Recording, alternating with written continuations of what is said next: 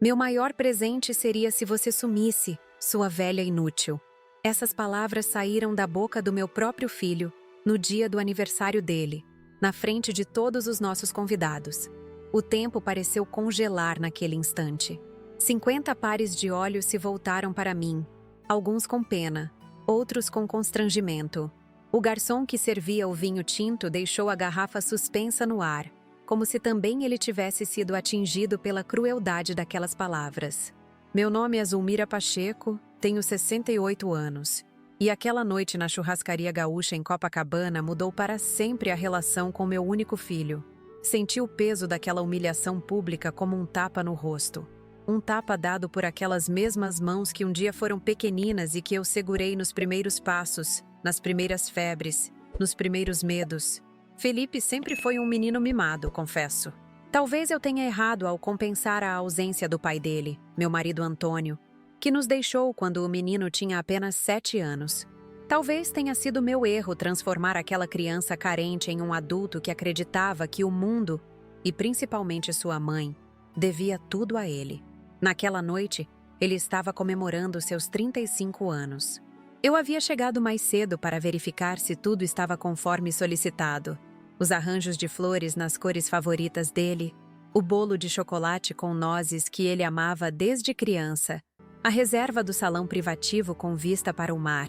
Havia me esmerado em cada detalhe, até na escolha do meu próprio vestido azul petróleo, que comprei especialmente para a ocasião. Queria estar elegante para conhecer os novos sócios do Felipe, pessoas importantes que poderiam ajudá-lo a sair da crise financeira que ele tentava esconder de todos, mas não de mim.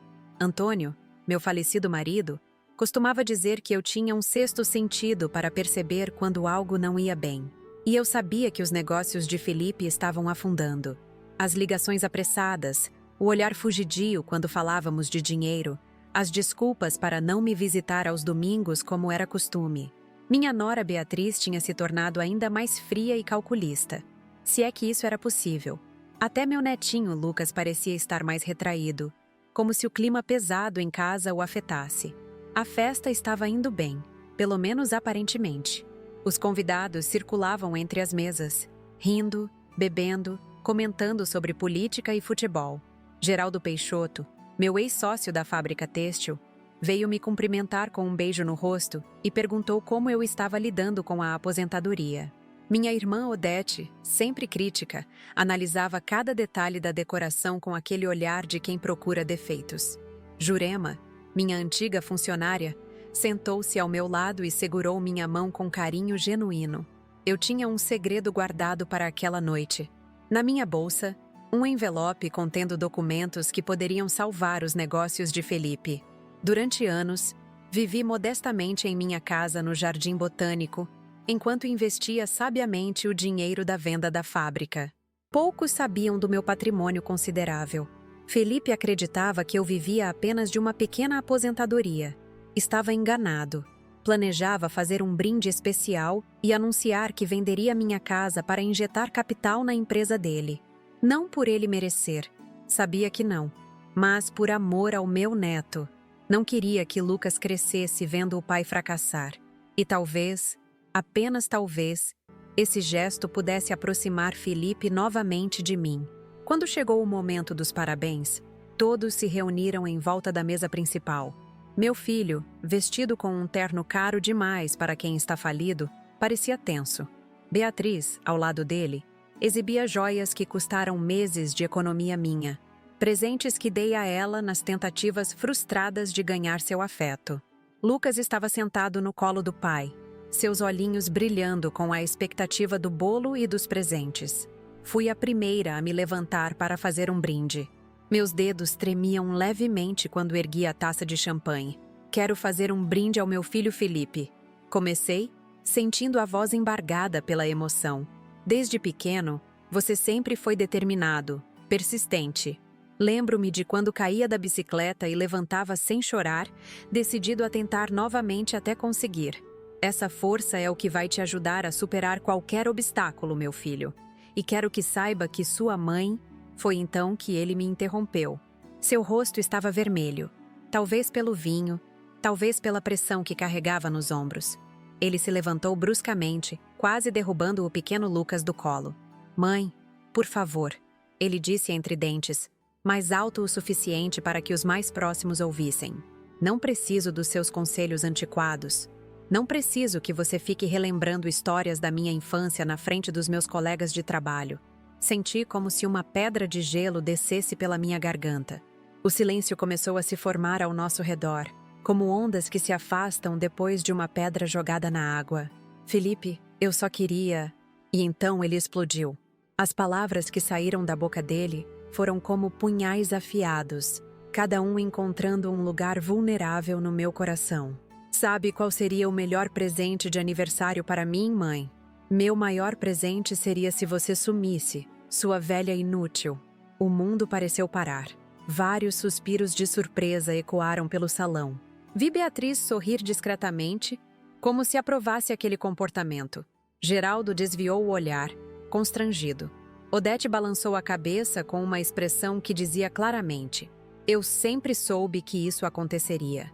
Lucas, meu netinho, começou a chorar silenciosamente. Seus olhos grandes fixados em mim, como se pedisse desculpas pelo pai. 5 segundos de silêncio que pareceram uma eternidade. Senti o peso de cada uma daquelas palavras. O veneno de cada sílaba proferida por aqueles lábios que um dia beijei com tanto amor, quando eram pequenos e inocentes. A dor foi lancinante, como se alguém tivesse arrancado meu coração com as mãos. Mas então, algo estranho aconteceu. Uma calma repentina tomou conta de mim. Uma clareza que nunca havia experimentado antes. Como se todas as peças de um quebra-cabeça finalmente se encaixassem. Em vez de chorar, eu sorri. Um sorriso pequeno, quase imperceptível. Respirei fundo, sentindo o ar encher meus pulmões. E naquele momento, tomei uma decisão que mudaria nossas vidas para sempre. Coloquei minha taça na mesa com uma delicadeza calculada. Abri minha bolsa e, em vez do envelope com a oferta de ajuda financeira, retirei outro documento que o Dr. Paulo, meu advogado, havia preparado como alternativa. Um documento que eu nunca pensei que usaria, mas que agora parecia ser a única resposta possível. Olhei nos olhos do meu filho e vi algo que nunca tinha notado antes. Não era apenas raiva ou frustração, era desprezo. E naquele instante, entendi que talvez eu tivesse dedicado minha vida a alguém que não merecia meu sacrifício. Os convidados começaram a murmurar entre si, desconfortáveis com a situação. Vi alguns pegando seus casacos, prontos para uma retirada discreta. Mas eu não permitiria que aquela noite terminasse assim. Não sem que todos ouvissem o que eu tinha a dizer. Endireitei minha postura, ajeitei o colar de pérolas que havia sido presente do meu Antônio em nosso último aniversário de casamento. Havia dignidade em mim, uma força que nem eu mesma conhecia até então. E com essa força, me preparei para dar a resposta que mudaria o curso daquela noite e de todas as que viriam depois. Antes de contar o que fiz naquela noite, preciso que vocês entendam como cheguei até ali. Não nasci rica, nem tive uma vida fácil. Venho de uma família simples do interior de Minas Gerais e aos 19 anos cheguei ao Rio de Janeiro com uma mala de papelão e sonhos maiores que o pão de açúcar. Foi trabalhando como balconista em uma pequena loja de tecidos em Bangu que conheci Antônio Pacheco, meu falecido marido. Ele era representante comercial de uma fábrica têxtil e sempre aparecia carregando maletas pesadas com amostras de tecidos. Antônio tinha um sorriso luminoso e olhos que pareciam enxergar além das aparências. Foi o primeiro homem que não olhou para mim como uma menina do interior, mas como alguém com potencial. Nos casamos depois de 1 ano de namoro. Éramos jovens e ambiciosos. Antônio sonhava em ter seu próprio negócio, e eu compartilhava desse sonho. Foram anos de economia, de planejamento, de trabalho dobrado. Lembro-me das noites em que ficávamos até tarde na pequena mesa da cozinha do nosso primeiro apartamento, um conjugado minúsculo em Madureira, fazendo contas, desenhando logotipos em guardanapos, imaginando como seria nossa vida quando finalmente tivéssemos nossa própria fábrica. Quando Felipe nasceu, já tínhamos um pequeno galpão alugado e 3 máquinas de costura industrial. Chamamos nossa empresa de Tecidos Pacheco. Nada muito original, mas carregava nosso nome com orgulho. Antônio cuidava das vendas e eu administrava a produção. Contratamos nossas primeiras costureiras, mulheres batalhadoras como eu. Muitas delas mães solteiras que precisavam sustentar seus filhos. Jurema foi uma delas. Chegou tímida, pedindo emprego, com um bebê de colo. Tornou-se minha mão direita e, anos depois, minha amiga mais leal. Felipe cresceu entre tecidos e moldes. Seu berço muitas vezes foi improvisado com caixas de papelão forradas com os retalhos mais macios que encontrávamos. Nos primeiros anos, eu o levava para a fábrica comigo, amarrado às minhas costas com um pedaço de pano, enquanto supervisionava a produção. Ele adormecia ao som das máquinas, como se fosse uma canção de ninar. Antônio e eu trabalhávamos 16 horas por dia, 7 dias por semana. Não tínhamos férias, não conhecíamos feriados. Mas tínhamos um ao outro, e nosso pequeno Felipe. E isso era o suficiente para nos fazer felizes. Nossa pequena empresa cresceu, ganhamos clientes fiéis, expandimos o galpão, contratamos mais funcionários. Estávamos construindo algo sólido, algo que pretendíamos passar para nosso filho um dia. Mas a vida tem um jeito cruel de mudar nossos planos. Numa manhã chuvosa de agosto, recebi o telefonema que mudaria tudo. Antônio havia sofrido um acidente vascular cerebral enquanto visitava um cliente em Petrópolis. Não houve tempo para despedidas, para últimos "eu te amo". Ele se foi, deixando-me com um filho de 7 anos, uma empresa em expansão e um vazio que nunca consegui preencher completamente. O luto foi um processo doloroso e solitário. Não podia me dar ao luxo de parar, de me entregar à dor. Havia uma empresa para administrar, contas a pagar, um filho para criar. Felipe não compreendia completamente o que havia acontecido. Perguntava todos os dias quando o pai voltaria. Cada pergunta era como uma facada no meu coração. Talvez tenha sido ali, naquele momento de fragilidade, que comecei a compensar a ausência do pai com mimos excessivos. Não conseguia dizer não ao meu filho. Quando ele chorava à noite chamando pelo pai, eu lhe dava presentes, doces, qualquer coisa para ver aquele rostinho sorrir novamente. Era mais fácil do que enfrentar o vazio que ambos sentíamos. Mergulhei no trabalho como forma de terapia. Assumi as funções de Antônio além das minhas próprias. Aprendi a negociar com fornecedores, a fazer prospecção de clientes, a gerenciar uma equipe que crescia a cada ano. Não tinha tempo para chorar, para sentir pena de mim mesma. Durante o dia, era a empresária forte, determinada. À noite, quando Felipe dormia, permitia-me alguns momentos de fragilidade, olhando as fotografias de Antônio, sentindo seu cheiro que ainda permanecia em algumas roupas guardadas no armário. A Tecidos Pacheco prosperou de maneira que nem mesmo Antônio e eu havíamos sonhado. De um pequeno galpão em Bangu, expandimos para uma fábrica considerável, com mais de 100 funcionários. Especializamo-nos em tecidos para decoração de alto padrão, fornecendo para as melhores lojas do Rio de Janeiro e, eventualmente, para todo o Brasil. Felipe crescia como filho único de uma mulher ocupada. Contratei as melhores babás, matriculei-o nas escolas mais caras. Queria que ele tivesse todas as oportunidades que eu não tive. Nos fins de semana, compensava minha ausência com programas elaborados: cinema, parque de diversões, praia, restaurantes. Meu filho tinha tudo que o dinheiro podia comprar, exceto minha presença constante. Na adolescência, os problemas começaram. Felipe tornou-se rebelde, distante. Começou a faltar às aulas, a se envolver com pessoas que eu considerava más influências. Recebia telefonemas das coordenadoras do colégio quase semanalmente. Meu filho, sempre tão doce quando criança, havia se transformado em um adolescente arrogante, que me respondia com desdém e tratava nossos empregados com superioridade. Minha irmã Odete, sempre crítica, não perdia a oportunidade de apontar meus erros na criação de Felipe. Você o estragou, Zulmira. Deu tudo de mão beijada. Esse menino não sabe o valor do dinheiro, do trabalho, dizia ela. No fundo, eu sabia que havia verdade em suas palavras, mas era difícil admitir. Quando Felipe completou 18 anos, insisti para que ele começasse a trabalhar na fábrica, aprendendo o negócio da família desde o chão de fábrica, como eu havia feito. Ele relutou, dizendo que aquilo era trabalho para gente sem estudo. Mesmo assim, obriguei-o a passar as férias de verão aprendendo cada etapa do processo de produção. Foi um desastre. Felipe não demonstrava o menor interesse. Chegava atrasado, saía mais cedo, tratava os funcionários com arrogância. Jurema, sempre tão leal, veio me contar, com lágrimas nos olhos, que meu filho havia gritado com uma das costureiras mais antigas porque ela não havia sido suficientemente rápida em atender a um pedido dele. Mesmo assim, insisti. Talvez fosse apenas uma fase. Talvez, com o tempo, ele aprendesse a amar o negócio que construímos com tanto sacrifício. Mandei-o para a faculdade de administração, esperando que a educação formal o ajudasse a valorizar nosso patrimônio.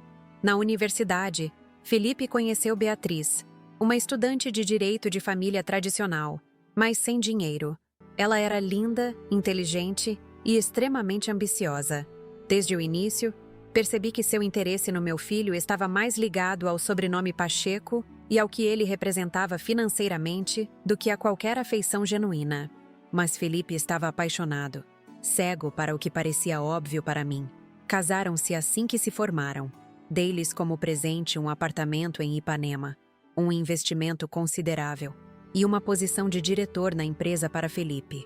Beatriz abriu seu próprio escritório de advocacia, especializado em direito empresarial, com dinheiro que emprestei sem nunca esperar receber de volta. Foi nessa época, com Felipe casado e aparentemente estabelecido, que comecei a pensar em me aposentar. 30 anos haviam se passado desde a morte de Antônio. Eu estava cansada. O corpo já não respondia como antes às longas jornadas de trabalho. Queria tempo para mim mesma, para conhecer lugares que sempre sonhei visitar, para cuidar do jardim da minha casa no Jardim Botânico, para ler os livros que se acumulavam na estante sem nunca serem abertos. Mais importante que isso, eu queria que Felipe assumisse as rédeas do negócio, que sentisse orgulho do que construímos, que levasse adiante o legado do pai. Ingenuamente, achei que dar-lhe responsabilidade o faria amadurecer, valorizar o trabalho, o dinheiro. Demorei 2 anos preparando minha saída. Organizei toda a documentação, treinei uma equipe de confiança para apoiá-lo, criei manuais de procedimentos. Não queria que nada desse errado na transição. A Tecidos Pacheco era minha vida, meu terceiro filho. Quando finalmente passei o comando para Felipe, 5 anos atrás, recebi uma proposta inesperada de um grande grupo têxtil interessado em adquirir nossa empresa. Era uma oferta generosa, muito acima do valor de mercado. Consultei Felipe, que surpreendentemente foi favorável à venda. Mãe, você merece descansar. E eu posso começar minha própria empresa em um setor mais moderno, mais tecnológico, argumentou ele. Após muita reflexão, decidi vender. Foi uma decisão difícil, dolorosa. Senti como se estivesse me despedindo de uma parte de mim mesma. No dia da assinatura do contrato, chorei como não chorava desde a morte de Antônio. Jurema, que também se aposentaria com a venda, segurou minha mão e chorou comigo. O dinheiro da venda foi substancial, mais do que eu jamais imaginei ter. Investi a maior parte com a ajuda de Geraldo Peixoto, meu ex-sócio que se tornara consultor financeiro. Ele sempre foi conservador em suas aplicações, o que se provou uma estratégia acertada com as oscilações da economia. Felipe recebeu sua parte da venda. Insisti que 1/3 do valor fosse para ele, como reconhecimento ao trabalho do pai. Com esse dinheiro, ele iniciou uma empresa de tecnologia, algo relacionado a aplicativos para celular, que, sinceramente, nunca entendi completamente. Beatriz continuava com seu escritório de advocacia, cada vez mais elegante e distante de mim. O pequeno Lucas nasceu pouco depois. Meu neto, um menino doce com os olhos do avô que nunca conheceu. Ter Lucas em minha vida trouxe uma alegria que eu não experimentava há muito tempo. Quando ele ficava comigo nos fins de semana, levava-o à Praça Nossa Senhora da Paz, onde ele podia brincar no parquinho enquanto eu conversava com outras avós. Ou íamos à Praia do Arpoador, onde ele construía castelos de areia, e eu lhe contava histórias sobre o avô Antônio. Ao contrário de Felipe, Lucas parecia genuinamente interessado nas minhas histórias sobre a fábrica, sobre como começamos do zero, sobre as dificuldades que enfrentamos. Seus olhinhos brilhavam quando eu mostrava fotografias antigas, quando contava sobre as primeiras máquinas de costura, sobre as noites em que eu e Antônio ficávamos trabalhando até o amanhecer. Vovó, quando eu crescer, quero ser forte como você, disse-me ele certa vez, enquanto caminhávamos na praia. Aquelas palavras aqueceram meu coração de uma forma que não consigo explicar. Foi por Lucas que comecei a preocupar-me quando notei sinais de que os negócios de Felipe não iam bem. Meu filho raramente falava sobre sua empresa, mudava de assunto quando eu perguntava. Mas eu percebia. Os presentes de aniversário menos extravagantes para Beatriz, as férias canceladas de última hora, o carro que não foi trocado como era costume a cada 2 anos. Durante um almoço de domingo em minha casa, cerca de 3 meses antes daquele fatídico aniversário, peguei uma conversa telefônica de Felipe. Ele estava no jardim. Achava que ninguém podia ouvi-lo, mas eu estava na cozinha, preparando o café, e as janelas estavam abertas. Não posso pagar agora. Preciso de mais tempo, dizia ele, a voz tensa. Você sabe que não tenho esse dinheiro disponível. Os investidores recuaram. Estamos sem capital de giro. Houve uma pausa então. Minha mãe não. Deixe-a fora disso. Ela não tem dinheiro. Vive de aposentadoria. Aquela última frase me atingiu como um soco. Felipe acreditava, ou queria acreditar, que eu não tinha recursos. Em nenhum momento ele considerou pedir minha ajuda. Seria orgulho, vergonha? Ou simplesmente achava que eu, uma velha inútil, como ele me chamaria mais tarde, não teria condições de ajudá-lo? Foi naquele momento que decidi investigar.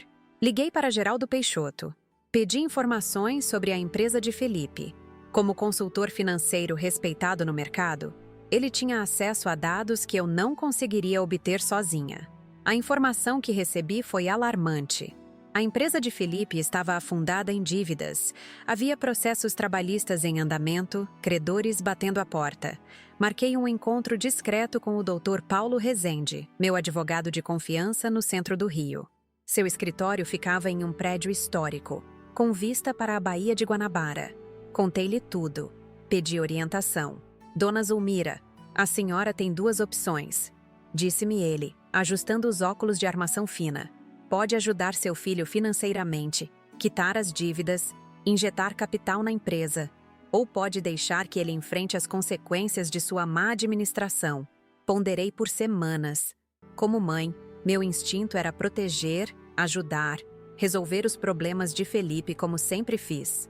Mas como empresária que construiu tudo do zero, sabia que às vezes as lições mais valiosas vêm dos fracassos. Após muita reflexão, decidi que ajudaria. Não pelo Felipe adulto, arrogante e ingrato, mas pelo menino que um dia sonhou junto comigo e Antônio. Pelo bem de Lucas, que não merecia ver o pai fracassar. Pedi ao doutor Paulo que preparasse a documentação necessária para a venda da minha casa no Jardim Botânico. Um imóvel valorizado que me permitiria injetar dinheiro suficiente para salvar a empresa de Felipe. Mas, prudente como sempre foi, Dr. Paulo sugeriu um plano alternativo. Dona Zulmira, permita-me preparar também uma segunda opção. Caso a senhora mude de ideia ou aconteça algo que a faça reconsiderar. Foi esse segundo conjunto de documentos que eu levava na bolsa naquela noite do aniversário de Felipe. Papéis que documentavam a criação de uma fundação beneficente que receberia praticamente todo o meu patrimônio. Uma fundação que eu jamais imaginei que realmente existiria, até ouvir aquelas palavras cruéis da boca do meu próprio filho. Meu maior presente seria se você sumisse, sua velha inútil. As palavras de Felipe ecoavam na sala da churrascaria, como se tivessem sido gritadas em um desfiladeiro profundo. Cada rosto ao meu redor registrava uma reação diferente. Minha amiga Ivone, sempre tão leal, baixou a cabeça, incapaz de olhar diretamente para aquela cena dolorosa. Sua mão idosa e trêmula apertou a toalha da mesa com força, como se quisesse se ancorar em algo concreto naquele mar de constrangimento. Minha irmã Odete, sentada na outra ponta da mesa, balançou a cabeça lentamente. Seus olhos, tão parecidos com os meus, diziam claramente: "Eu avisei, Zulmira. Eu avisei que você estava criando um monstro." Sempre crítica em relação à minha forma de criar Felipe, agora ela tinha a prova final de que estava certa. Não pude deixar de notar um certo brilho de satisfação em seu olhar, aquele prazer velado que alguns sentem ao ver suas previsões negativas se concretizarem. Geraldo Peixoto, meu ex-sócio e amigo de longa data, pigarreou desconfortavelmente e fingiu procurar algo em seu bolso, evitando o contato visual com qualquer pessoa. Seu rosto bronzeado havia empalidecido, as rugas em torno dos olhos mais pronunciadas sob a luz amarelada do restaurante. Jurema, minha fiel funcionária por décadas, deixou escapar um soluço abafado, suas mãos cobrindo a boca em choque. Ela que me viu construir tudo, que acompanhou cada passo da criação de Felipe, parecia sentir a dor como se fosse sua própria mãe sendo humilhada. E então havia Beatriz, minha nora. Ao contrário dos outros, ela não parecia chocada ou constrangida. Um sorriso quase imperceptível dançava em seus lábios perfeitamente pintados de vermelho. Seus olhos verdes, sempre calculistas, brilhavam com uma satisfação mal disfarçada. Por um breve momento, nossos olhares se cruzaram, e o que vi ali me gelou até os ossos. Cumplicidade. Ela sabia o que Felipe faria. Talvez até o tivesse encorajado. Lucas, meu pequeno neto, olhava de mim para seu pai com uma expressão de confusão e medo. Seus olhinhos escuros, tão parecidos com os de Antônio, estavam marejados.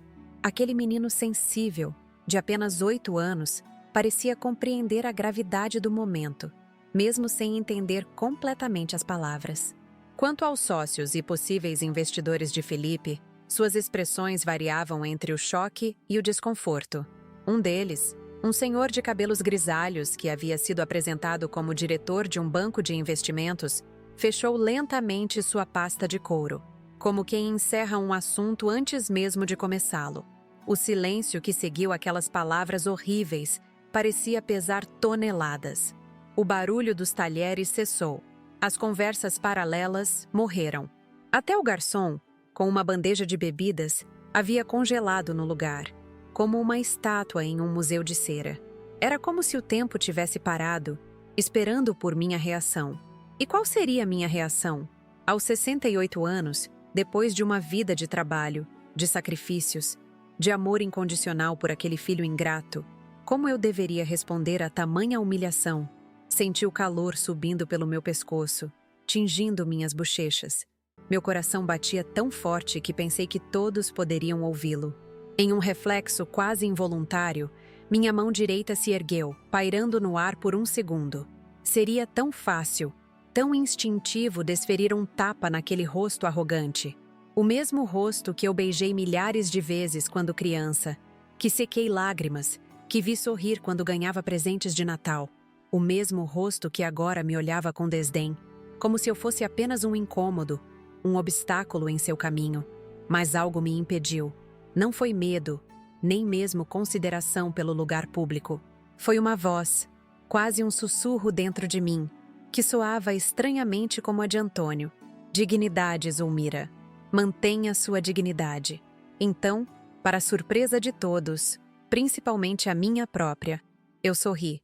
Um sorriso pequeno, contido, mas genuíno. Respirei fundo, sentindo o ar encher meus pulmões doloridos pela tensão.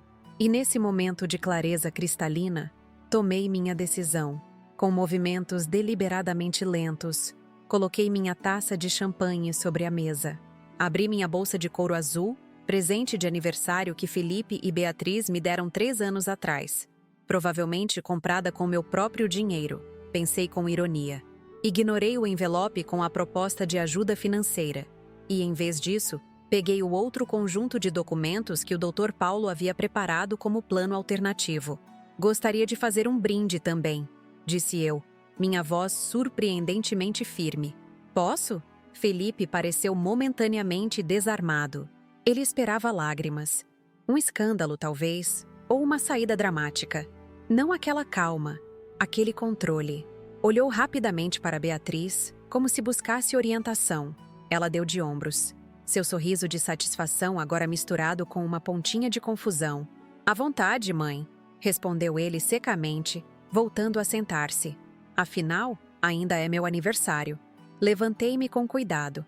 ajeitando o vestido azul petróleo que havia comprado especialmente para a ocasião. Senti todos os olhares sobre mim, 50 pares de olhos, todos esperando pelo próximo ato daquele drama familiar inesperado. Tomei mais um gole de champanhe, permitindo que o líquido gelado descesse por minha garganta, acalmando o calor da humilhação. Quero agradecer a sinceridade do meu filho. Comecei, surpreendendo a todos, inclusive a mim mesma. A honestidade sempre foi um valor que tentei lhe ensinar, mesmo que às vezes ela venha embrulhada em palavras duras. Fiz uma pausa calculada, observando as reações. Felipe franziu o senho, confuso com minha abordagem. Beatriz ajeitou-se na cadeira, seu sorriso de satisfação agora completamente substituído por uma expressão de cautela.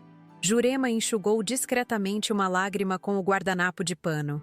Como todos sabem, hoje é um dia especial. Não apenas por ser o aniversário do meu filho, mas também porque eu planejava fazer um anúncio importante.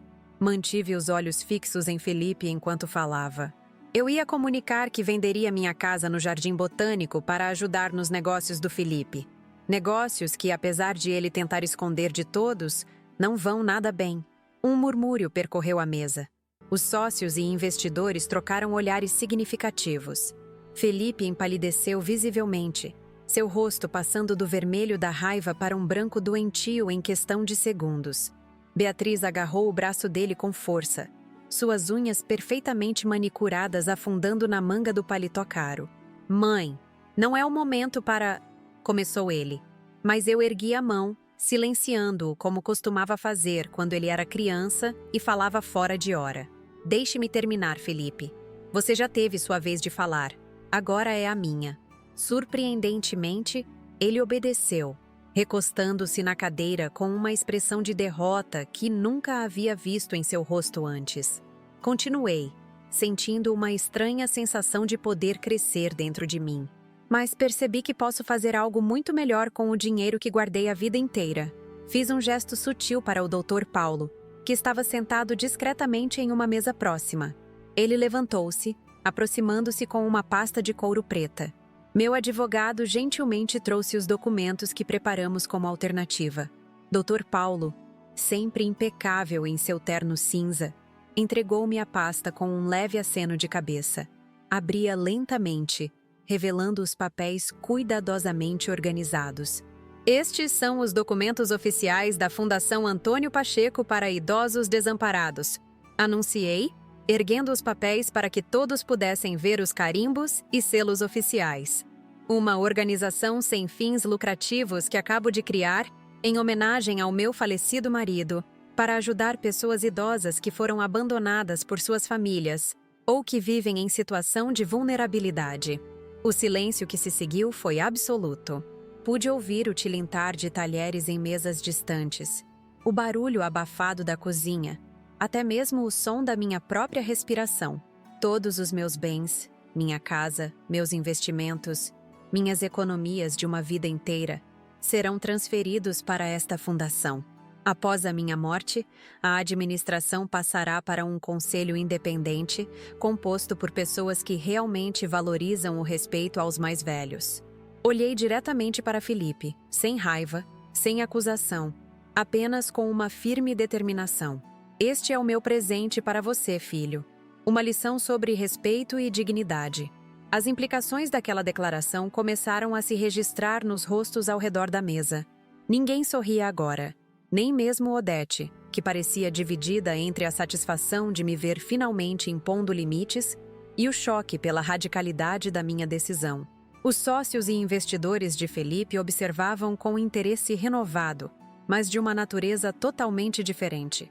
Não era mais o interesse pelo potencial financeiro de um negócio, mas a curiosidade mórbida de quem testemunha um acidente de carro em câmera lenta. Felipe parecia petrificado.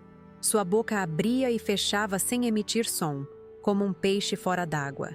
Seu plano havia se virado contra ele de forma tão inesperada que ele parecia incapaz de processar o que acontecia. As palavras "velha" e "inútil" agora pairavam no ar como um bumerangue que retornava com força total. Beatriz foi a primeira a se recuperar do choque. Seu rosto, antes satisfeito, agora exibia uma palidez doentia sob a maquiagem perfeita. Ela se inclinou para a frente, tentando imprimir à voz um tom conciliatório que nunca havia usado comigo antes. Dona Zulmira, a senhora não está pensando direito. Essa decisão é muito drástica. Tenho certeza de que Felipe não quis dizer aquilo.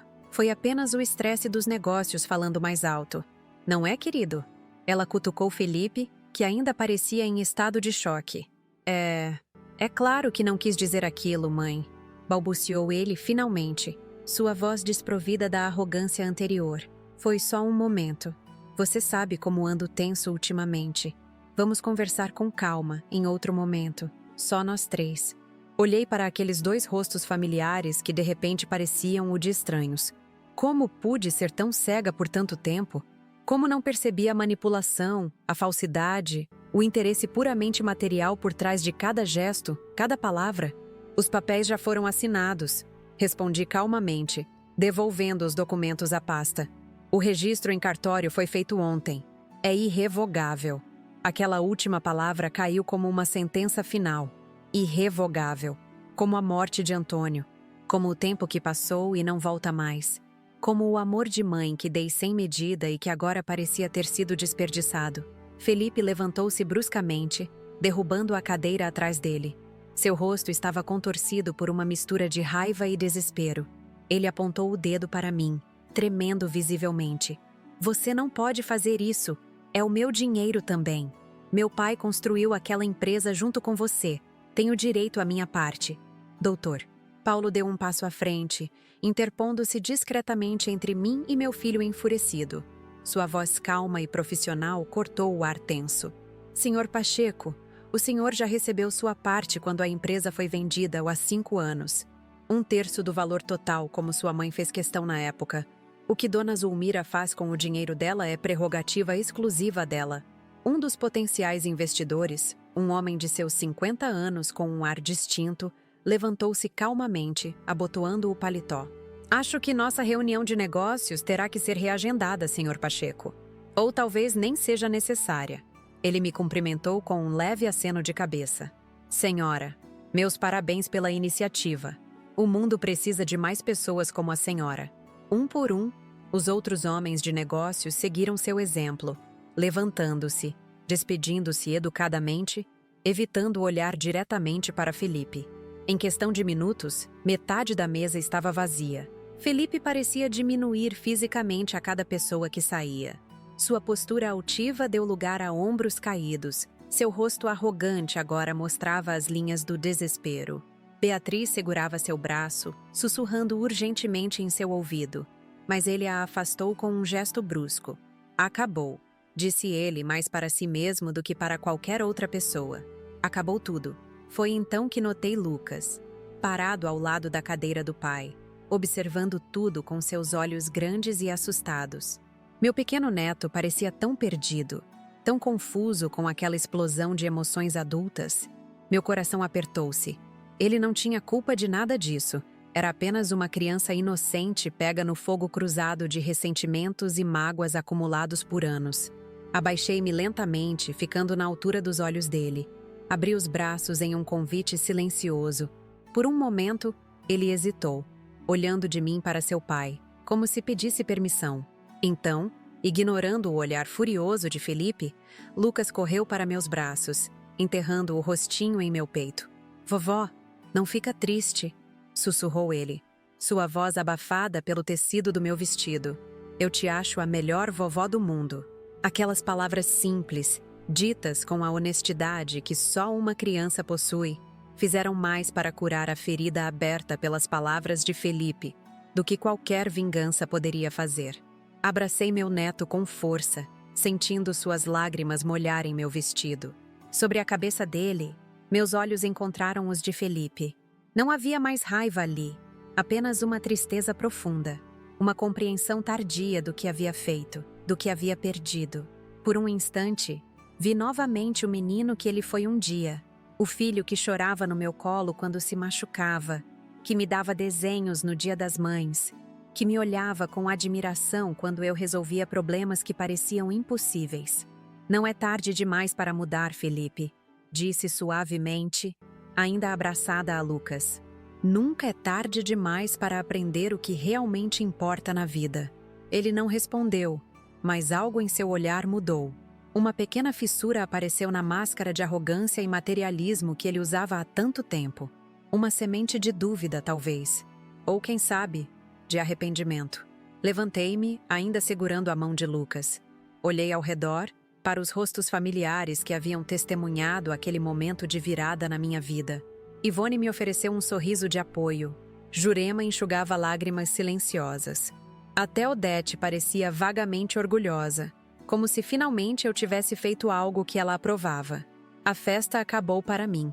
Anunciei calmamente. Vou para casa. Dr. Paulo ofereceu-se imediatamente para me acompanhar. Beijei o topo da cabeça de Lucas antes de soltá-lo. Fique com seus pais, querido. Amanhã você pode me visitar se quiser. Vamos fazer aqueles cookies de chocolate que você adora. Ele assentiu, relutante em me soltar. Finalmente, afastei-me, caminhando em direção à saída do restaurante. Cada passo me distanciava não apenas daquele lugar, mas da pessoa que eu fui por tanto tempo. A mãe que aceitava tudo, que compensava com dinheiro o que deveria ter dado em limites e valores. Quando o ar fresco da noite do Rio de Janeiro tocou meu rosto, senti uma liberdade que não experimentava há décadas. Havia feito o filho se arrepender de suas palavras, não com mais mágoa ou humilhação, mas mostrando-lhe as consequências reais de tratar as pessoas, especialmente aquelas que nos amam, como objetos descartáveis. A lição estava dada. O que Felipe faria com ela, só o tempo diria. Mas eu, Zulmira Pacheco, aos 68 anos, havia finalmente aprendido a mais importante lição de todas. Meu valor não estava no que eu podia dar aos outros, mas no respeito que eu exigia para mim mesma. A noite após aquele jantar desastroso foi uma das mais longas da minha vida. Voltei para minha casa no Jardim Botânico em silêncio absoluto, com o Dr. Paulo gentilmente me deixando na porta e se oferecendo para entrar, preocupado com o meu estado emocional. Agradeci, mas recusei. Precisava ficar sozinha, processar tudo o que havia acontecido, todas as pontes que eu mesma havia queimado, ou talvez, construído de uma nova forma. A senhora foi muito corajosa hoje, dona Zulmira, disse ele antes de partir. Antônio estaria orgulhoso. Aquela frase ficou ecoando em minha cabeça enquanto eu entrava na casa vazia. Antônio estaria orgulhoso? Ou ele teria achado minha atitude drástica demais? Nunca saberia. Naquela noite não consegui dormir. Sentei-me na varanda dos fundos, observando meu pequeno jardim iluminado pela lua. As samambaias que cultivava com tanto cuidado balançavam suavemente com a brisa da noite. Pensei em Felipe, no olhar de desespero em seu rosto quando percebeu as consequências de suas palavras impensadas. Pensei em Lucas, tão pequeno e já testemunha de tanta mesquinhez adulta. Pensei na fundação que agora existia de verdade, não apenas como uma ameaça ou um plano de contingência, mas como uma entidade real, com responsabilidades e propósitos. O telefone tocou diversas vezes durante a madrugada. No início, atendi, esperando que fosse Felipe, talvez arrependido, talvez furioso. Mas era Beatriz, sua voz alternando entre lágrimas falsas e ameaças veladas. A senhora não pode fazer isso conosco, dona Zulmira. Pense no seu neto. Felipe está devastado. Como a senhora pôde humilhá-lo desse jeito na frente de todos os sócios dele? Vamos contestar essa doação. Meu tio é juiz, sabia? Podemos alegar que a senhora não está em pleno gozo das suas faculdades mentais. Esta última ameaça me fez sorrir amargamente. Depois de 30 anos gerenciando uma empresa têxtil, negociando com fornecedores, bancos e clientes, depois de multiplicar o patrimônio através de investimentos inteligentes, agora eu seria considerada incapaz porque tomei uma decisão que contrariava os interesses financeiros do meu filho? A hipocrisia era quase cômica. Depois da terceira ligação, simplesmente desliguei o telefone. Aquela noite era minha, para refletir, para lamentar, talvez até para celebrar uma pequena vitória pessoal, ainda que dolorosa. Ao amanhecer, quando finalmente o cansaço começou a me vencer, ouvi batidas fortes na porta da frente. Meu coração acelerou, pensando que poderia ser Felipe, talvez em um estado alterado, talvez arrependido. Hesitei antes de abrir, mas as batidas continuaram, mais insistentes. Para minha surpresa, não era Felipe, mas Jurema. Minha fiel funcionária e amiga estava ali, parada na soleira da porta, com uma expressão de grave preocupação no rosto marcado pelos anos. Em suas mãos, segurava uma pasta de documentos. Jurema, o que aconteceu? Por que está aqui tão cedo? Dona Zulmira? Ela começou, sua voz trêmula de emoção contida. Preciso lhe mostrar uma coisa. É sobre o Felipe, sobre os negócios dele. Não consegui dormir a noite toda pensando se devia contar ou não. Mas depois do que aconteceu ontem, a senhora precisa saber. Deixei-a entrar. Uma sensação de apreensão crescendo em meu peito. Jurema nunca foi de exageros ou dramatizações. Se ela havia vindo até minha casa ao amanhecer, devia ser algo realmente sério. Sentamos na sala de estar, as primeiras luzes do dia infiltrando-se pelas frestas das cortinas. Jurema colocou a pasta sobre a mesa de centro e respirou fundo, como se reunisse coragem. Há 3 semanas, fui à casa do Felipe levar aquela compota de pêssego que ele tanto gosta. A que faço com a receita da minha avó, começou ela, torcendo nervosamente o lenço que trazia nas mãos. A Beatriz não estava. Tinha ido a algum evento beneficente. O Lucas estava na escola. Felipe me recebeu bem, como sempre, mas parecia nervoso, agitado. Disse que estava em uma conferência telefônica importante e me pediu para esperar no escritório dele enquanto terminava a ligação. Jurema fez uma pausa, seus olhos se desviando para a pasta na mesa. Enquanto esperava, vi alguns documentos sobre a mesa. Não quis bisbilhotar, juro pela memória do meu falecido marido, mas o nome da empresa do seu filho estava lá, junto com palavras como falência, fraude contábil, desvio de fundos. Meu coração acelerou. Pedi que Jurema continuasse. Felipe demorava e eu tirei fotos com o celular. Foi errado, eu sei, mas algo me dizia que a senhora precisava saber. Quando cheguei em casa, pesquisei sobre aqueles termos. Consultei meu filho que trabalha no banco. Dona Zulmira, o Felipe está em sérios problemas. Com mãos trêmulas, ela abriu a pasta e retirou cópias impressas de documentos e algumas fotografias de páginas de documentos tiradas com o celular. À medida que eu examinava aquele material, meu sangue gelava nas veias. Felipe não estava apenas com problemas financeiros comuns, como imaginei. Ele havia se envolvido em um esquema elaborado de fraude fiscal e desvio de fundos dos investidores. Havia notas falsas, contratos duplicados, assinaturas forjadas. Os documentos mostravam claramente que ele estava usando o dinheiro da empresa para manter um padrão de vida luxuoso enquanto mentia para os investidores sobre o destino de seus recursos. Meu filho, sussurrei, sentindo como se todo o ar tivesse sido sugado da sala. Ele pode ir para a cadeia por isso. Sim, Dona Zulmira, confirmou Jurema, seus olhos cheios de compaixão. Quando os investidores descobrirem, e eles vão descobrir mais cedo ou mais tarde, vão processá-lo. E pelo que meu filho me explicou, esse tipo de crime dá prisão sim. Tive que me apoiar no braço do sofá. A ideia de Felipe, meu único filho, atrás das grades era insuportável. Por mais que ele tivesse me magoado, por mais ingrato e arrogante que fosse, ainda era meu filho, sangue do meu sangue. A criança que carreguei no ventre por 9 meses, que amamentei, que vi dar os primeiros passos. E tem mais, continuou Jurema, hesitante. Encontrei este documento também. Ela me entregou uma folha que parecia ser um e-mail impresso. Era uma comunicação entre Felipe e um advogado, discutindo a possibilidade de interditar-me judicialmente, alegando que eu estaria começando a mostrar sinais de demência senil. O objetivo, claro, assumir o controle do meu patrimônio antes que eu o dilapidasse com doações impensadas ou investimentos de risco, conforme escrito por meu próprio filho. A data do e-mail? 3 meses atrás, muito antes do episódio do aniversário. Felipe já planejava tomar meu dinheiro muito antes de eu sequer considerar ajudá-lo ou cortar sua herança. A dor daquela revelação foi quase física. Senti como se uma mão invisível apertasse meu coração. Fechei os olhos, tentando conter as lágrimas que ameaçavam cair. Não choraria. Não mais. Por que está me mostrando isso agora, Jurema? Perguntei, após alguns minutos de silêncio pesado. Ela segurou minhas mãos entre as suas. Seus olhos sinceros fixos nos meus. Porque depois do que aconteceu ontem, do que a senhora fez, percebi que a senhora salvou o Felipe sem nem saber. Salvei? Como assim? Ao doar seu dinheiro para a fundação, a senhora tirou dele a tentação.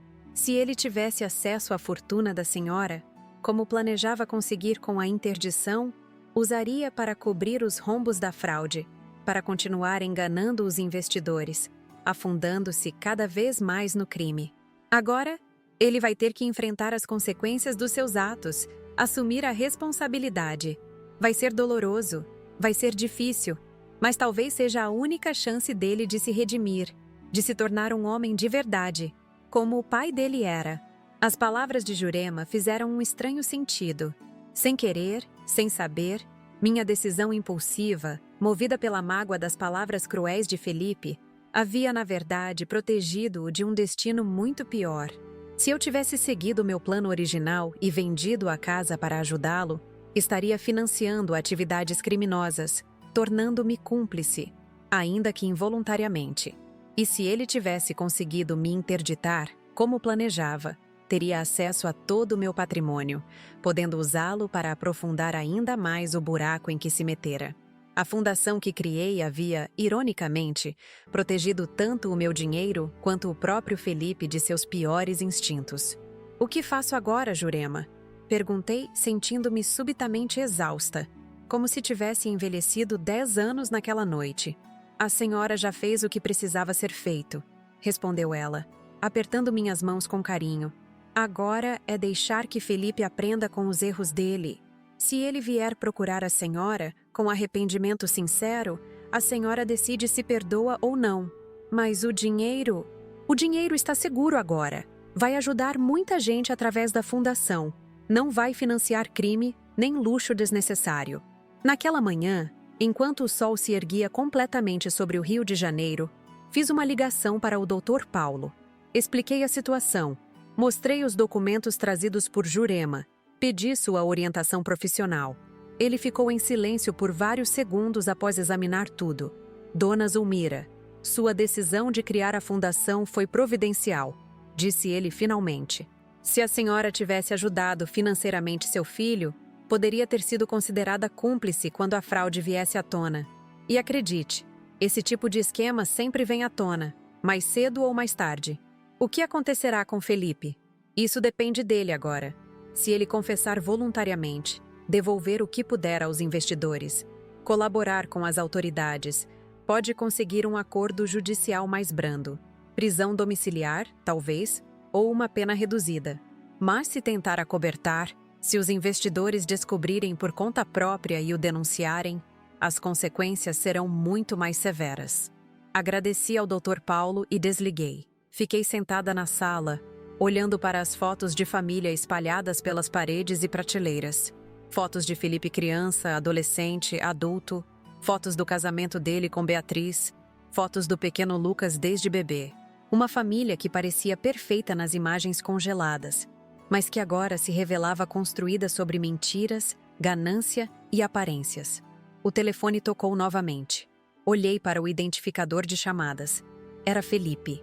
Hesitei, meu dedo pairando sobre o botão de atender. O que ele diria? Continuaria com as acusações? Tentaria manipular-me com falso arrependimento? Ou seria um pedido de desculpas sincero? Após 3 toques, decidi atender. Para minha surpresa, não era a voz de Felipe que ouvi, mas a de Beatriz. Dona Zulmira. Sua voz soava diferente, desprovida da habitual arrogância. Felipe está... Ele está na delegacia. Foi detido esta manhã. Um dos investidores descobriu alguma coisa. Fez uma denúncia.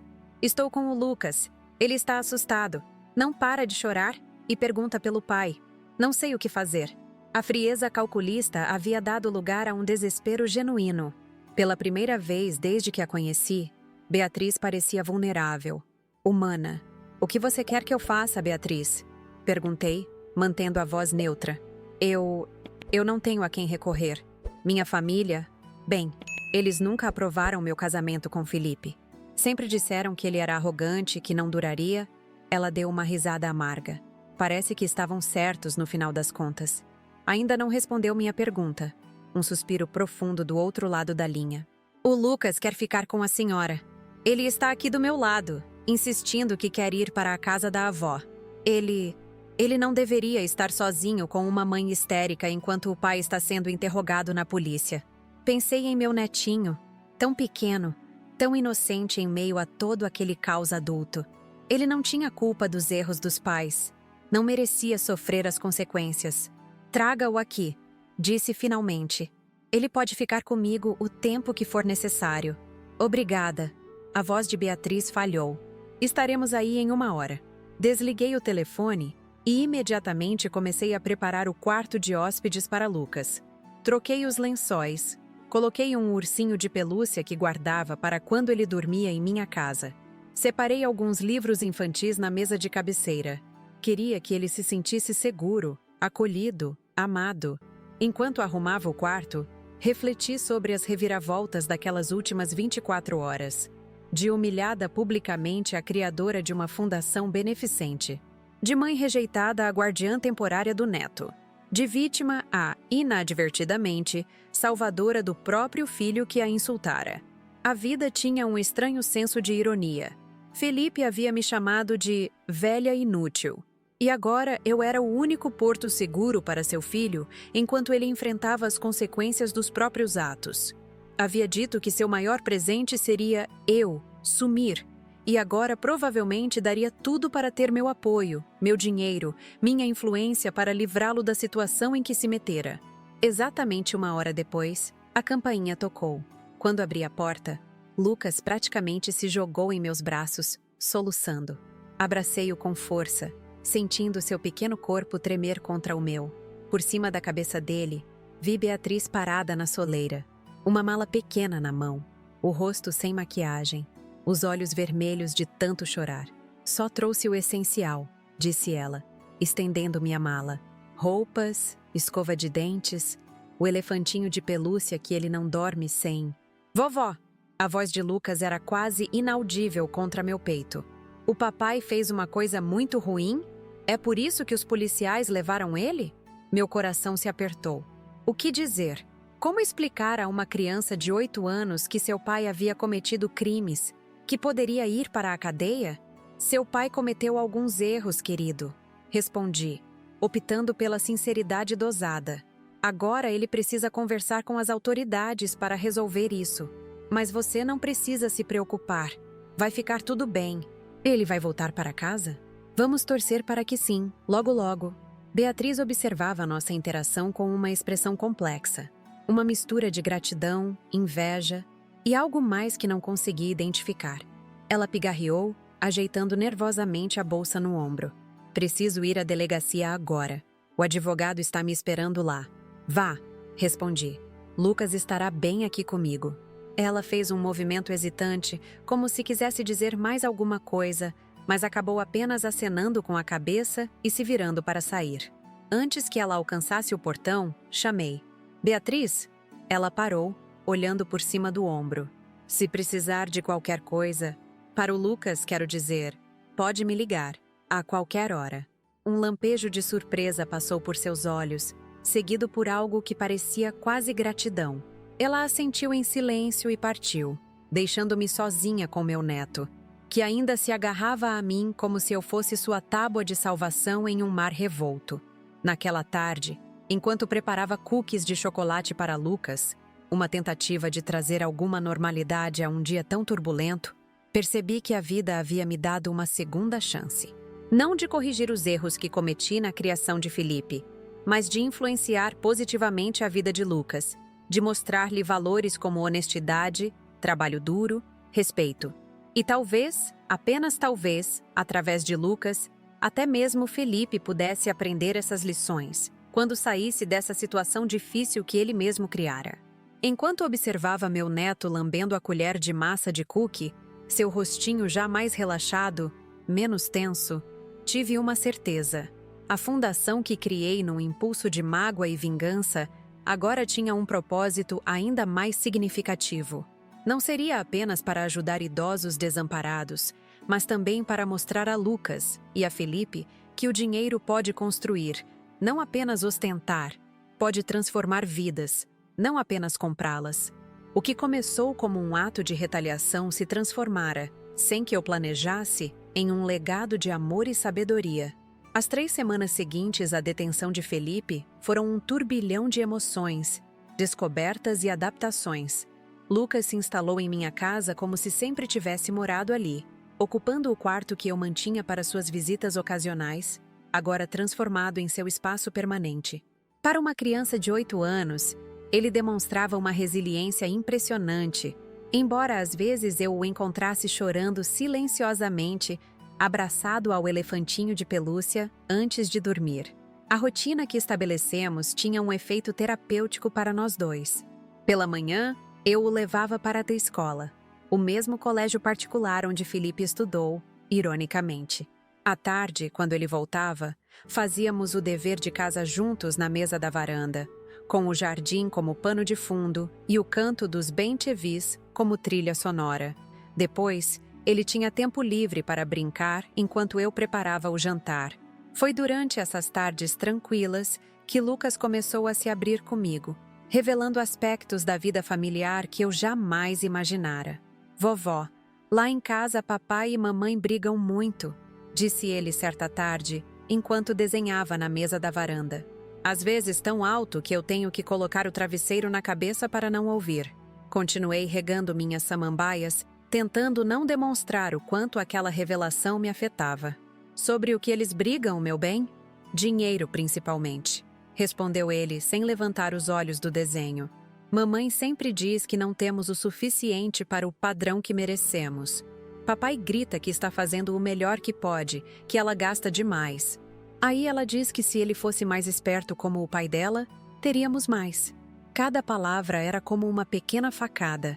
A imagem do casamento perfeito que eu tinha na cabeça, algo que eu mesma ajudara a construir com presentes caros e cheques generosos, desmoronava diante das observações inocentes de uma criança. "E como você se sentia quando isso acontecia?" Lucas deu de ombros, um gesto que tentava parecer despreocupado, mas não conseguia esconder a tristeza em seus olhos. "Eu ia para o meu quarto e fechava a porta, ou colocava meus fones de ouvido bem altos." Ele fez uma pausa, a mão que segurava o lápis de cor parando no meio de uma linha. "Sabia que aqui na sua casa é a primeira vez em muito tempo que não escuto gritos?" Engoli em seco, tentando conter a emoção. "E isso é bom?" "É o melhor." Ele sorriu, um sorriso genuíno que iluminou seu rostinho. "Aqui é calmo. É como se pudesse respirar melhor." Aquela conversa me fez repensar muitas coisas. Talvez minha casa simples, sem luxos desnecessários, com móveis antigos cheios de histórias e um jardim cultivado com paciência, oferecesse algo que o apartamento luxuoso em Ipanema, com seu design impessoal e objetos caros, jamais poderia proporcionar: paz.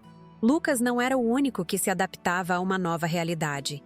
Eu também estava redescobrindo aspectos de mim mesma que haviam sido enterrados sob anos de preocupação com Felipe, com os negócios, com o futuro, redescobrindo o prazer de contar histórias antes de dormir, de ensinar pequenas lições sobre a vida através de tarefas cotidianas, de ver o mundo pelos olhos curiosos e sem julgamento de uma criança.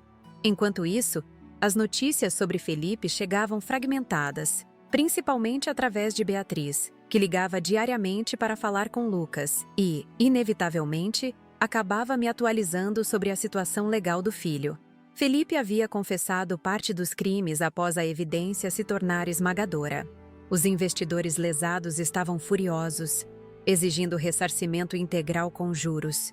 A imprensa local havia descoberto o caso, e pequenas notas começavam a aparecer nas seções de economia dos jornais. "Empresário do ramo de tecnologia preso por fraude", diziam os títulos discretos, mas suficientes para causar constrangimento. 2 semanas após a detenção inicial, Felipe foi liberado para responder o processo em liberdade. graças à intervenção de um advogado criminalista renomado que Beatriz havia contratado. Com que dinheiro? Eu não fazia ideia, já que suas contas estavam bloqueadas pela justiça. A única condição era que ele não poderia deixar a cidade e deveria se apresentar semanalmente ao juiz responsável pelo caso. Foi numa tarde chuvosa de quinta-feira que ele apareceu na minha porta. Eu estava na cozinha, preparando um bolo de cenoura, o favorito de Lucas, quando ouvi a campainha. Ao abrir a porta, quase não reconheci meu próprio filho. Felipe estava abatido, mais magro, com olheiras profundas e barba por fazer. O terno impecável havia sido substituído por jeans e uma camisa simples. Mas a mudança mais notável não era física. Era seu olhar, não mais arrogante, não mais superior, apenas exausto e, pela primeira vez em muitos anos, humilde. "Mãe", ele disse, sua voz baixa, quase um sussurro. "Posso entrar?" Hesitei por um instante, recordando as palavras cruéis na churrascaria, o e-mail sobre interditar-me judicialmente, os anos de ingratidão. Mas então pensei em Lucas, que em breve voltaria da escola, e em como ele ficaria feliz de ver o pai. Abri a porta completamente, dando passagem. "Lucas chega em meia hora", informei, voltando para a cozinha sem esperar resposta. Senti Felipe me seguir, seus passos hesitantes no piso de madeira que ele conhecia tão bem desde a infância. Na cozinha, continuei batendo a massa do bolo como se sua presença não me afetasse, como se meu coração não estivesse acelerado, como se minhas mãos não estivessem trêmulas. "Mãe, Ele começou sentando-se na banqueta do balcão. "Eu não sei por onde começar. Pelo começo, geralmente é um bom lugar", respondi, sem olhá-lo, concentrando-me na tarefa de untar a forma. "O começo." Ele deu uma risada sem humor. "O começo foi há tanto tempo. Talvez quando eu comecei a acreditar que merecia mais do que trabalhava para ter. Talvez quando comecei a mentir para os investidores sobre o desempenho da empresa. Talvez quando comecei a ver você como um banco, não como minha mãe." Despejei a massa na forma, tentando manter as mãos firmes. O cheiro da cenoura ralada e da baunilha preenchia a cozinha. Um aroma doméstico que contrastava com a gravidade da conversa. "Por que veio aqui hoje, Felipe? O que quer de mim?" Ele ficou em silêncio por alguns segundos, seus dedos tamborilando nervosamente no balcão de granito. "Não vim pedir dinheiro, se é o que está pensando", disse ele finalmente. "Sei que não tenho mais esse direito. Na verdade, não sei se algum dia tive." Coloquei a forma no forno pré-aquecido e ajustei o timer. Só então me virei para encará-lo completamente. De perto, ele parecia ainda mais acabado. Havia um novo vinco entre suas sobrancelhas, uma tensão nos ombros que não existia antes. "Estou ouvindo", disse simplesmente. Felipe respirou fundo, como se reunisse coragem. "Vim pedir perdão. Sei que não mereço. Sei que o que disse naquela noite foi imperdoável. E não foi só aquilo. Foram anos de ingratidão, de achar que você me devia algo, que o mundo me devia algo." Seu olhar encontrou o meu, e pela primeira vez em muito tempo, não vi falsidade ali. Apenas vergonha, arrependimento genuíno. Descobri nas últimas semanas o que é estar verdadeiramente sozinho. Beatriz. Bem, ela está ao meu lado, mas mais por interesse do que por amor. Meus supostos amigos desapareceram no momento em que a notícia da minha prisão vazou. Os sócios só querem saber quando vão recuperar o dinheiro. Você e Lucas... Sua voz falhou. "Vocês são as únicas pessoas que ainda se importam comigo, mesmo depois de tudo o que fiz." Não respondi imediatamente. Parte de mim queria abraçá-lo, dizer que tudo ficaria bem. A mãe em mim, aquela que o ninava quando bebê, que beijava seus joelhos ralados, que secava suas lágrimas após pesadelos. Mas outra parte, a mulher madura que havia sido profundamente ferida, hesitava. "Como soube que me importo?" perguntei finalmente. Lucas me contou. "Nas visitas que Beatriz traz ele para me ver, ele fala sobre como você responde todas as perguntas dele sobre mim. Como você diz que papai cometeu erros, mas ainda é uma boa pessoa no fundo. Como você guarda os desenhos que ele faz para mim." Ele engoliu em seco, visivelmente emocionado. E tem o fato de você estar cuidando dele como se fosse seu próprio filho, dando amor, estabilidade, segurança. Enquanto você o quê, Felipe? Enquanto eu enfrento as consequências dos meus atos. Ele baixou o olhar.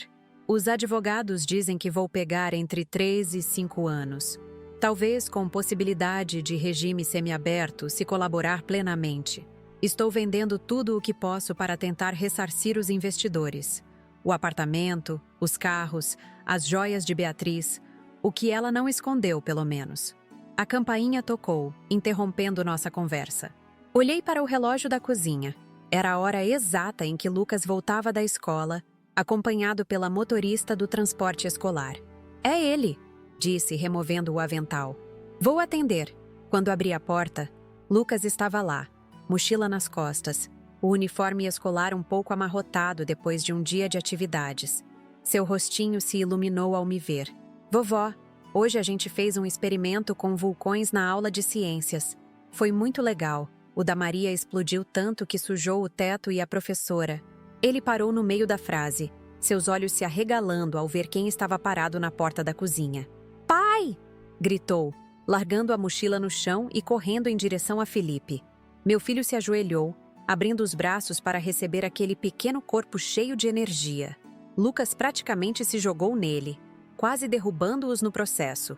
Felipe o abraçou com força, enterrando o rosto nos cabelos do filho, e pude ver, mesmo à distância, as lágrimas que escorriam silenciosamente por seu rosto.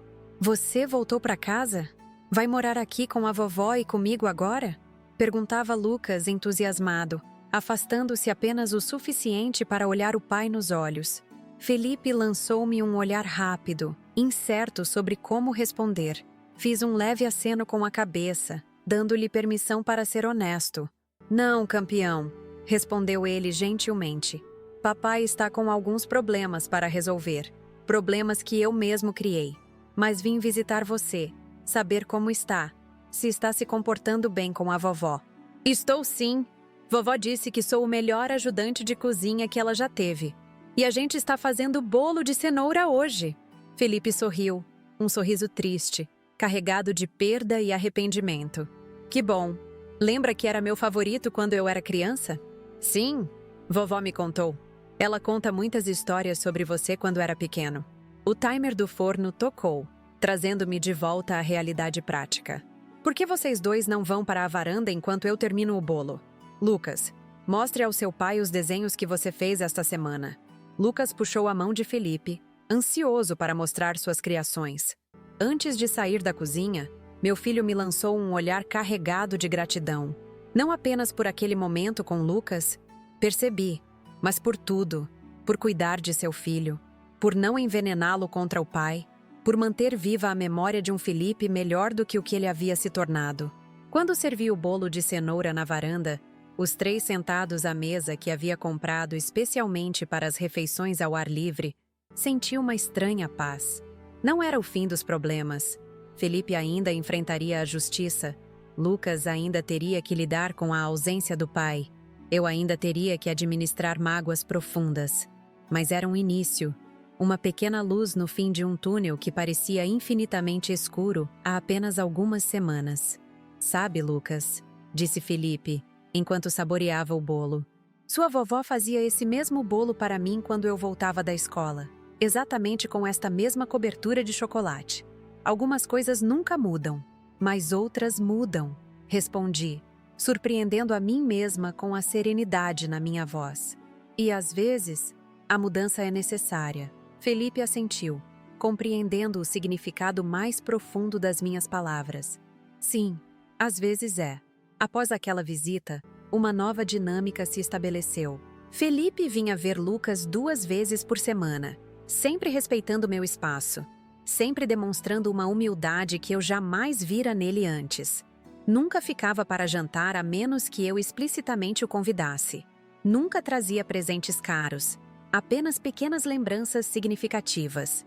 Um livro que sabia que Lucas gostaria, uma pedra interessante encontrada na praia, um desenho feito por ele mesmo durante as longas horas vazias em seu novo e modesto apartamento. Beatriz, por outro lado, tornou-se uma presença cada vez mais rara. No início, vinha buscar Lucas para passar alguns finais de semana com ela, mas gradualmente as visitas se tornaram mais espaçadas.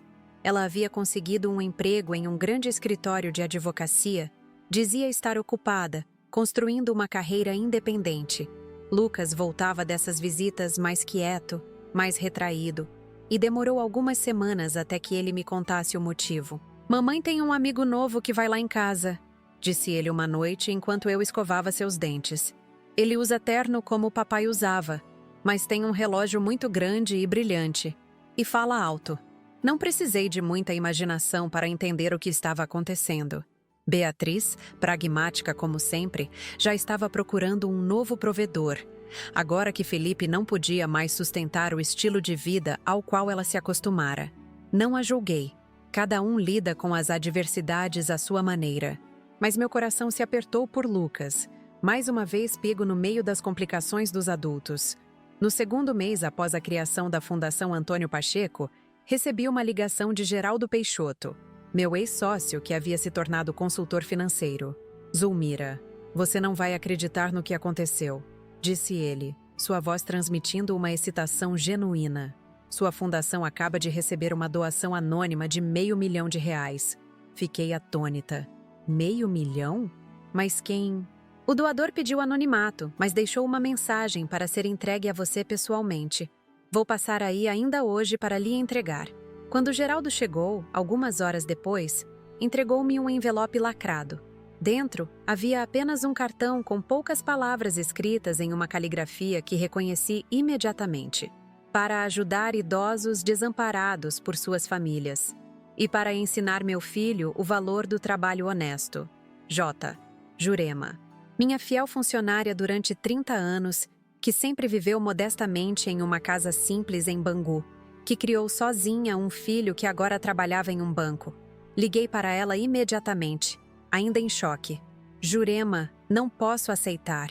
É muito dinheiro. Você trabalhou a vida toda por isso." Ela riu suavemente do outro lado da linha. "Dona Zulmira, a senhora acha que sou pobre? Trabalhei ao seu lado por 30 anos. Vi como a senhora investia. Aprendi. Fiz o mesmo. Em menor escala, claro. E meu filho tem me ajudado a fazer bons investimentos. Esse dinheiro... Bem, eu ia deixá-lo para ele. Mas ele já está bem estabelecido, tem sua própria família, sua própria casa. Quando soube da fundação, pensei, que maneira melhor de honrar esses anos todos de amizade e trabalho lado a lado? Lágrimas escorriam pelo meu rosto. Mas por que o anonimato? Porque não quero reconhecimento. Só quero ajudar como a senhora me ajudou tantas vezes. E... Ela hesitou. Também quero mostrar ao Felipe que há valor no trabalho honesto, na lealdade, na construção de algo genuíno. Talvez assim ele aprenda. Naquele momento, percebi que a lição que eu tentei dar a Felipe naquela noite na churrascaria estava se espalhando, criando ondas que iam muito além da minha intenção inicial. Não era mais apenas sobre fazer um filho ingrato se arrepender de palavras cruéis. Era sobre valores, sobre legado, sobre construir algo significativo a partir da dor. Na tarde seguinte, quando Felipe veio visitar Lucas, contei-lhe sobre a doação anônima, mostrando o cartão de Jurema. Ele leu as palavras várias vezes, seus olhos se detendo na última frase, para ensinar meu filho o valor do trabalho honesto. Ela sempre foi mais sábia que todos nós, disse ele, devolvendo-me o cartão. E está certa. É hora de eu aprender esse valor. O que quer dizer? Consegui um emprego, mãe. Nada glamuroso, nada relacionado à tecnologia ou ao mundo corporativo. Vou trabalhar no Centro de Reabilitação para Idosos na Tijuca. Auxiliar administrativo, salário mínimo. Foi o único lugar que aceitou alguém com uma acusação criminal em andamento. Ele sorriu. Um sorriso triste, mas genuíno. Começo na segunda-feira. Pedi para ser alocado em projetos que possam se beneficiar de uma parceria com a Fundação Antônio Pacheco. Se você permitir, claro. Olhei para meu filho. Realmente olhei. Não o homem arrogante que me humilhou em público. Não o menino mimado que se tornou um adulto sem escrúpulos. Mas a pessoa quebrada e em reconstrução à minha frente. E vi algo que não via há muito tempo. Vi Antônio. a mesma determinação quieta, a mesma capacidade de admitir erros e tentar novamente, a mesma essência que eu amara no pai e que pensei ter se perdido completamente no filho. A fundação será administrada por um conselho após minha morte, respondi. Mas enquanto eu estiver viva, sou a presidente. E como presidente, acho que uma parceria assim seria muito benéfica. Pela primeira vez desde aquela noite fatídica, vi uma verdadeira esperança nos olhos de Felipe. Não a expectativa de um ganho material, mas a possibilidade de redenção, de reconstrução, de aprendizado. No jardim, ouvimos a risada de Lucas, que brincava com a mangueira, molhando as plantas e a si mesmo no processo. Ambos olhamos na direção do som, involuntariamente sorrindo. Ele é a melhor parte de mim, disse Felipe suavemente.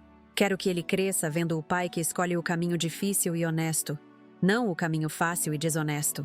Quero que ele saiba que podemos cair, mas o importante é como nos levantamos. E quero... Ele fez uma pausa, sua voz embargada pela emoção. Quero que ele tenha orgulho de mim, como um dia tive orgulho de você e do pai.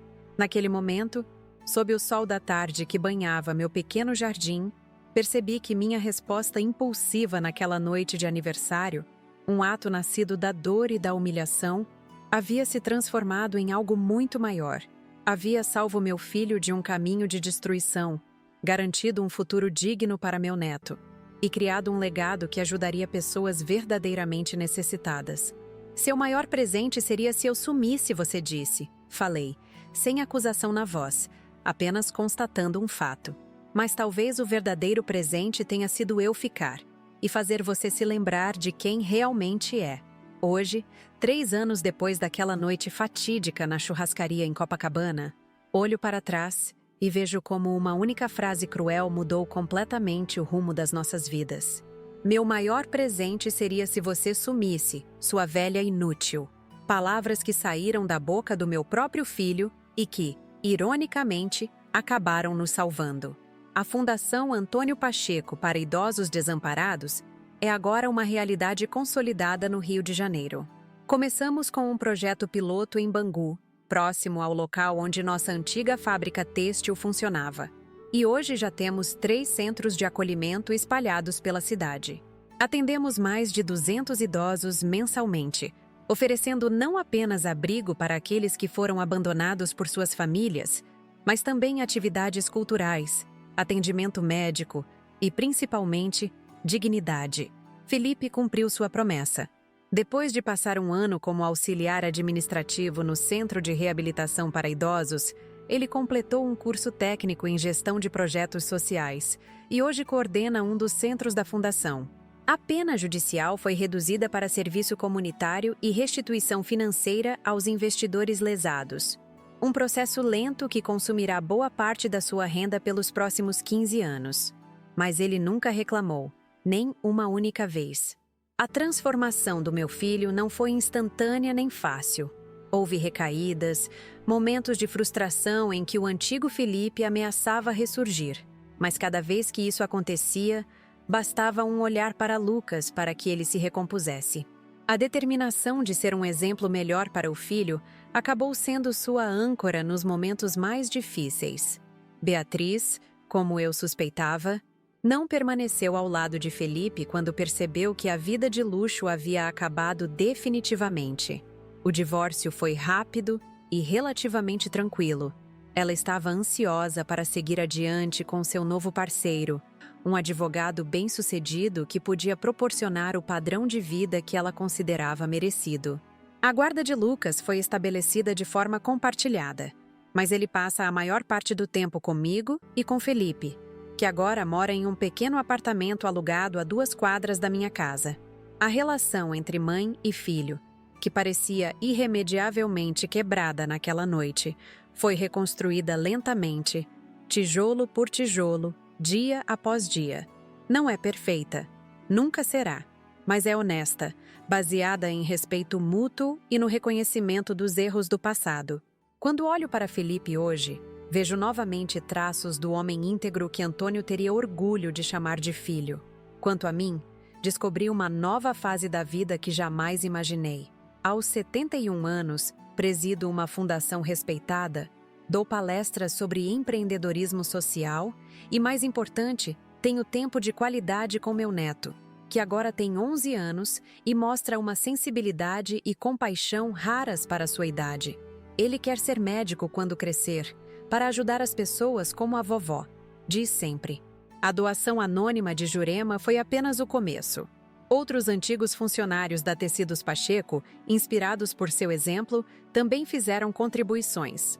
Geraldo Peixoto, meu ex-sócio, uniu-se ao conselho administrativo e trouxe sua expertise financeira para garantir a sustentabilidade do projeto a longo prazo. Até minha irmã Odete, sempre tão crítica, acabou se envolvendo, organizando bazares beneficentes com suas amigas da alta sociedade.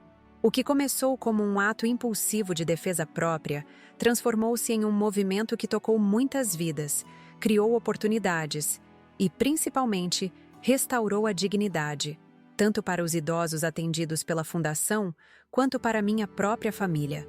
A casa no Jardim Botânico continua sendo o ponto de encontro da família aos domingos.